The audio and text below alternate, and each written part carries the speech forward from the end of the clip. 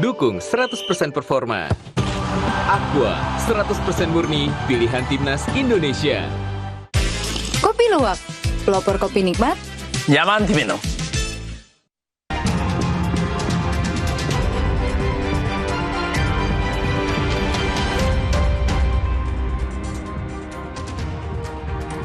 Saudara Ketua Umum Golkar, Bahlil Lahadalia mengingatkan politisi yang terjerat hukum untuk mengikuti proses hukum yang berjalan dan tidak menyalahkan partai tertentu atau mantan presiden.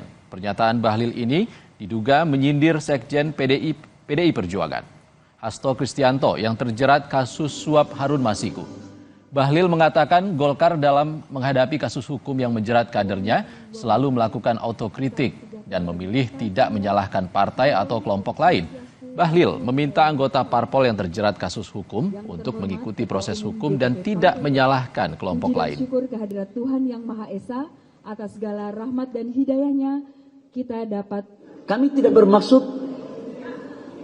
mengatakan ke yang lain, tapi kalau statement saya ini ada yang merasa, ya wallahu alam bisawab. Masa orang rasa gue harus larang, gitu kan? Tapi kami hanya melakukan otokritik ke dalam bahwa ada kader partai kami yang memang pada saat pilkada kemarin harusnya dia menang.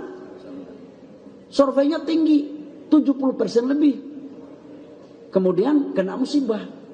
Kami nggak menyalahkan bahwa ini yang salah partai A, partai B, atau mantan presiden A, atau mantan presiden B, atau ketum partai A, ketum partai B. Nggak ada itu kita salah-salahkan. Atau merasa dikerjain, nggak juga. Sebelumnya, Ketua DPP PKS Mardani Alisera juga mengomentari pernyataan Sekjen PDIP Hasto Kristianto yang bilang memiliki video skandal yang melibatkan elit politik. Mardani bilang jika informasi tersebut merupakan fakta hukum, silahkan disampaikan ke publik. Namun jika bukan fakta hukum, maka pengadilan yang akan menentukan.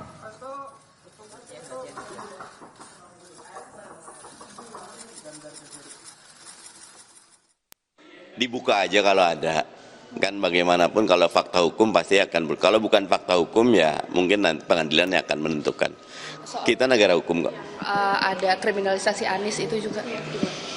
Itu termasuk yang ditunggu publik, dan karena itu kalau pandangan saya tetap kalau itu fakta hukum monggo dibuka.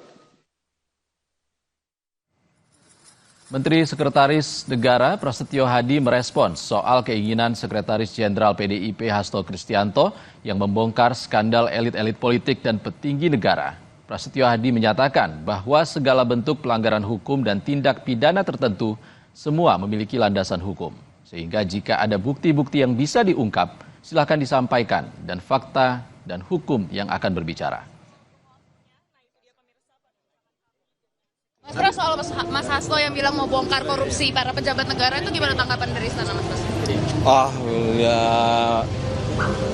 memangnya ada. Kalau ada disampaikan aja, kan semua kan landasannya hukum ya. Fakta hukum lah. Politisi Partai Demokrasi Indonesia Perjuangan Guntur Romli memastikan video yang dimiliki Sekjen Hasto Kristianto memuat skandal korupsi yang melibatkan petinggi negara, baik yang saat ini menjabat ataupun yang terdahulu. Guntur Romli bilang, video yang dimiliki Hasto diantaranya soal penyalahgunaan kewenangan penegak hukum, serta kasus kriminalisasi terhadap Anies Baswedan. Menurut Guntur, video yang akan diungkap Hasto merupakan bentuk perlawanan partainya. Ya benar, video-video yang disiapkan oleh Sekjen PDI Perjuangan, Mas Hasto Kristianto, memang memuat skandal korupsi-korupsi yang melibatkan petinggi negara. Dan juga penyalahgunaan kewenangan seorang petinggi penegak hukum untuk menyelesaikan masalah pribadi. Saudara Sekjen PDI Perjuangan Hasto Kristianto lewat juru bicara PDIP Guntur Romli menyatakan memiliki video skandal korupsi pejabat tinggi. Lontaran ini mendapat tanggapan baik dari istana maupun sejumlah politisi dan juga Presiden Jokowi. Mereka mempersilahkan Hasto membuka ke publik jika memang memiliki bukti. Benarkah Hasto memiliki video soal skandal korupsi pejabat tinggi. Kenapa ini dimunculkan setelah dia ditetapkan sebagai tersangka? Apa yang ingin disasar Hasto? Ulasannya kita bahas bersama politisi PD Perjuangan Guntur Romli, pengamat politik yang juga Direktur Eksekutif Parameter Politik Indonesia Adi Praitno, dan Ketua Umum Lisan Hendar Sam Marantoko. Selamat sore Mas Gun, Mas Adi, dan Mas Hendar Sam. Selamat sore. Assalamualaikum. Waalaikumsalam. Kita ke Mas Gun dulu. Mas Gun, siapa sebenarnya yang disasar klaim Pak Hasto soal video skandal ini? Ya, di situ kan pernah saya sebutkan bahwa itu akan mengungkap skandal korupsi dan penyalahgunaan kewenangan ya para pejabat negara yang saat ini masih menjabat atau yang sudah tidak menjabat. Dan kalau yang tidak menjabat itu, kok video itu belum dirilis ternyata sudah didahului oleh laporan OCCRP yang lagi rame dari siang sampai sore ini, yang menempatkan Jokowi sebagai salah satu pemimpin terkorup sedunia dan kejahatan yang terorganisir. Jadi video belum dirilis kok sudah ada bocorannya itu. Itulah. Jadi kalau tadi juga pertanyaan apakah benar ada, ya ada, video itu ada. Dan saya nonton beberapa video tersebut, tapi bukan di saya. Kalau ditanya mulai tadi pagi juga nanya ke saya, ya semuanya itu kan berpulang kepada Sekjen PDI Perjuangan, Mas Hasto Kristianto, yang sekarang masih bersama keluarga. Karena kan kemarin itu gara-gara penetapan tersangka pada menjelang 1 hari Natal, malam Natal misa yang harusnya belum misa, nggak misa. Kemudian juga Natalannya juga terganggu dengan keluarga. Jadi hari-hari ini beliau bersama keluarga belum ada update terbaru soal video-video tersebut. Tapi ketika kita membaca berita-berita yang lagi viral pada siang dan sore ini, bahwa Jokowi termasuk salah seorang pemimpin terkorup sedunia menurut OCCRP itu, ya kami kok merasa didahului. Kalau memang ada soal Pak Jokowi, Mas Gun, kenapa baru sekarang rencananya akan dirilis videonya? Kenapa tidak dari dulu? Toh sebelum Pilpres juga hubungan Pak Jokowi dengan PDIP juga tidak baik lagi. Ya, karena ini terkait juga dengan masalah bukti-bukti yang mungkin saja baru lengkap ya, baru ada, baru bisa diverifikasi dan sebagainya. Karena ini kan tidak mudah ya mengumpulkan bukti dan dokumen, dan semuanya juga harus diverifikasi, tidak berdasarkan katanya-katanya. Kemudian juga ini bagian yang saya sering sebutkan bahwa bagian dari perlawanan. Tapi ada ya videonya ya, oke? Kriminalisasi. Mas Gun, videonya ada ya. Saya mau tanyakan ke Pak Mas Hendar Sam dulu. Mas Hendar Sam yakin nggak ada videonya? Nah, ini juga yang kita tunggu-tunggu. Jadi kami juga menunggu dan mempersilahkan untuk Mas Hasto apabila memang benar ada dugaan-dugaan seperti itu untuk segera dilaporkan, karena memang kewajibannya sebagai salah seorang tokoh politik sentral ya, partai orang nomor 2 di partai politik terbesar di Indonesia ya, seharusnya kewajiban beliau memang melaporkan ini. Nah, pertanyaan tadi sebenarnya sudah diwakili, kenapa baru sekarang? Mungkin Mas Gun tadi dia bilang bahwa mengumpulkan bukti-bukti. Tapi saya nggak yakin hal itu, karena mengumpulkan bukti pada saat dulu masih ada di dalam pemerintahan, dengan mengumpulkan bukti pada saat sekarang berada di luar pemerintahan, ini tentu jauh lebih mudah dan jauh lebih gampang, dan tentunya di depan mata. Tindak pidana itu memang kalau benar terjadi. Jadi ini pasti menjadi pertanyaan publik. Walaupun ada frasa ini bentuk perlawanan, tapi intinya apa? Artinya perlawanannya tersebut kan nggak tulus ya, bukan untuk memberantas korupsi, tapi sebagai bentuk perlawanan karena beliau sebagai tersangka, tapi bukan bentuk sebagai perlawanan untuk memberantas korupsi ya, sebagai musuh kita bersama. Nah, kemudian juga kalau kita lihat ini berbahaya juga buat Mas Hasto ke depannya, karena satu ya, kalau harus dilihat apabila memang saya patut menduga beliau sudah tahu hal ini bukan sekarang, sudah dari 10 tahun terakhir ya kan, sebagai posisi sentral beliau sebagai sekjen partai koalisi, pemimpin koalisi di pemerintahan Jokowi pasti tahu kalau yang beliau cetuskan sekarang ini bukan sekarang beliau, tetapi sudah dari dulu. Dengan beliau tidak melakukan apa-apa pada saat itu dianggap sebagai, bisa dianggap ada dampak hukumnya buat beliau. Itu bentuk pendugaannya itu obstruction of justice, menghalang-halangi penyidikan. Ya, artinya PDIP sudah di luar pemerintahan, seharusnya saat di pemerintahan 10 tahun itu bukti itu juga lebih terbuka lebar untuk aksesnya bagi PDIP ya Mas Hendarsam. Baik, kita ke Mas Adi dulu Mas, bentar. Mas Adi, ini Pak Jokowi sudah tidak menjabat lagi, apakah klaim dari Hasto Kristianto ini berpengaruh pada situasi politik saat ini? Ya tentu saja dalam banyak hal berpengaruh, dalam konteks ini kan menimbulkan diskursus yang berkepanjangan. Sampai hari ini publik malah berkepanjangan ya berdiskusi tentang seakan-akan ada peperangan yang tidak pernah usai antara PDIP yang terus-terus kemudian menyerang secara agresif Jokowi yang mungkin ya dinilai punya andil dalam konteks persoalan yang membelit Pak Hasto. Jadi ini sudah menjadi rahasia umum sebenarnya, ketika Hasto itu ditetapkan sebagai tersangka itu kan dinilai ada intervensi, ada kriminalisasi dan ada unsur-unsur politisasi. Makanya kemudian Bang Guntur Romli selaku jubir PDIP itu kan mengungkapkan akan ada info-info yang valid, kredibel terkait dengan penguasa dan petinggi di negara ini yang sebenarnya punya kasus-kasus yang terkait dengan persoalan korupsi. Ini kan semacam serangan balik kepada pihak yang dinilai menjadi aktor, menjadi dalang, sehingga Pak Hasto itu ditetapkan sebagai tersangka. Terlepas dari apapun yang disampaikan, memang betul ya publik itu sedang menunggu kira-kira kapan video yang isinya informasi yang berisi fakta-fakta bahwa persoalan kasus korupsi, soal abuse of power yang dinilai dilakukan oleh pejabat-pejabat penting di negara ini bisa diungkap. Tentu ini menjadi sesuatu yang paling ditunggu sebenarnya jelang pergantian tahun dari 2024 menjadi 2025. Jadi Bang Guntur, kalau malam ini ataupun besok misalnya videonya itu bisa diungkapkan, ini akan menjadi kado terindah seluruh rakyat Indonesia.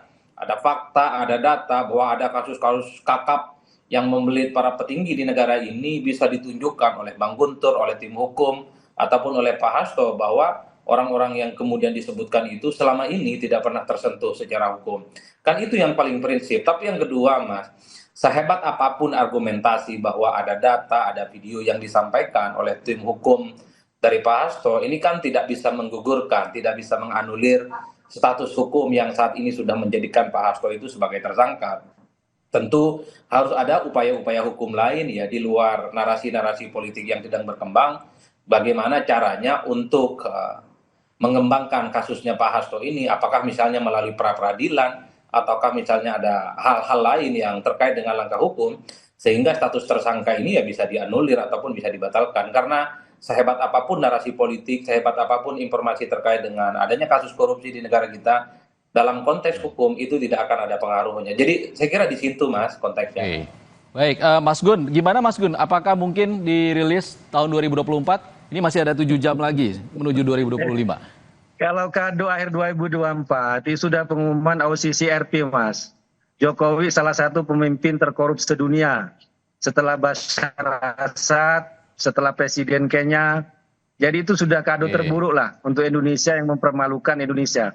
Tapi begini, saya mau menjawab soal kenapa baru sekarang. Kami ini adalah partai politik, dan partai politik itu ada momen-momen politik tertentu.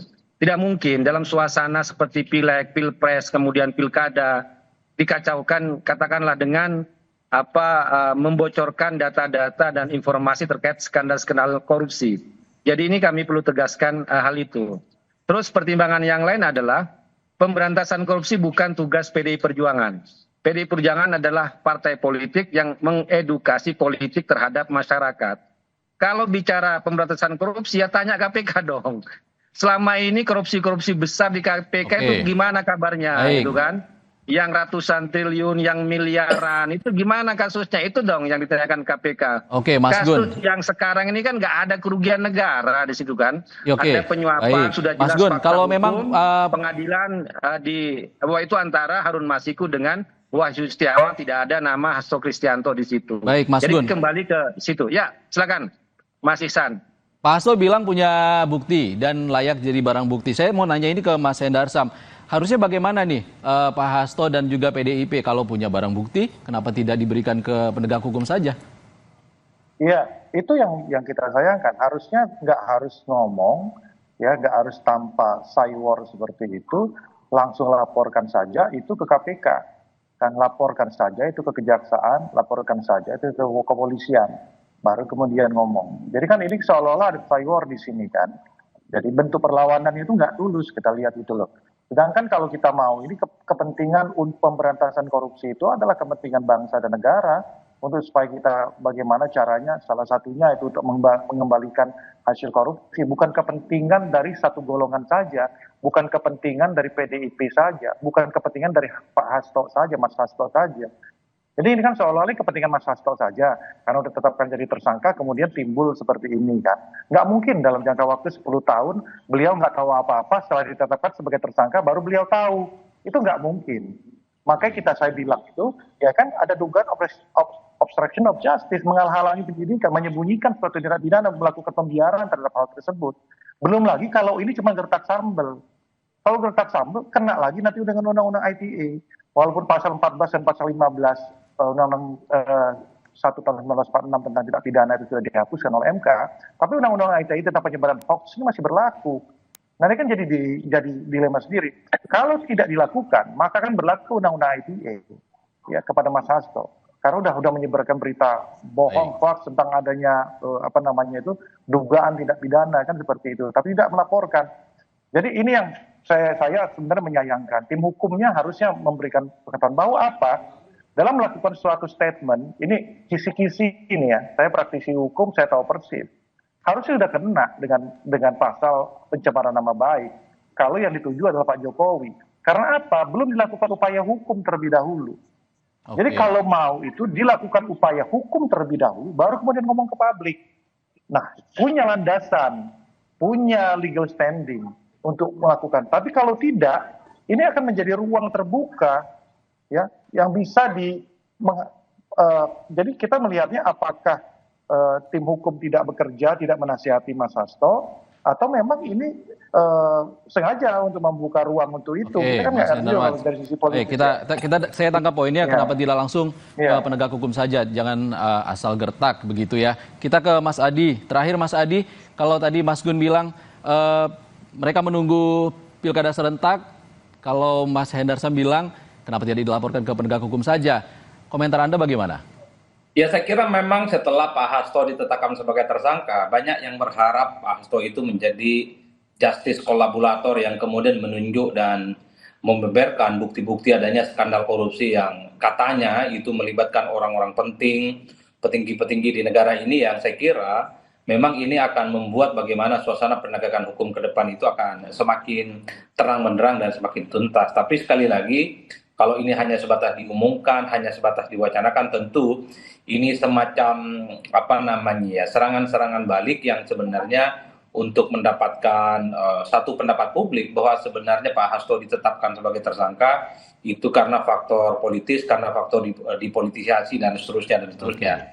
Oleh karena itu, satu-satunya cara sebenarnya bahwa ini adalah semacam serangan balik sebagai bentuk ketidakterimaan ketika Pak Hasto itu ditetapkan sebagai tersangka. Langkahnya dua, selain memang membangun narasi politik sebagai upaya untuk mencari dukungan publik, yang kedua memang harus ada upaya-upaya supaya statusnya Pak Hasto ini misalnya bisa dianulir dan dibatalkan. Kan ada pra-peradilan dan seterusnya. Oke. Mas Adi, saya tangkap poinnya. Intinya kita tunggu bagaimana kapan akan dirilis oleh Pak Hasto dan juga PDIP dengan juru bicaranya Mas Guntur. Ini kita masih menuju 2025. Kita tunggu PDIP dan Pak Hasto bagaimana rilis videonya. Terima kasih juru bicara PDIP Guntur Romli, Direktur Eksekutif Parameter Politik Indonesia Adi Praitno, dan Mas Hendarsam Marantoko, Ketua Umum Lisan, sudah berbagi pandangan bersama kami di Kompas Petang. Saudara, Ketua Umum Partai Golkar Bahlil Lahadalia pasang badan untuk Presiden ke-7 Joko Widodo soal pernyataan Sekjen PDI Perjuangan Hasto Kristianto yang menuding Jokowi soal isu perpanjangan masa jabatan Presiden 3 periode.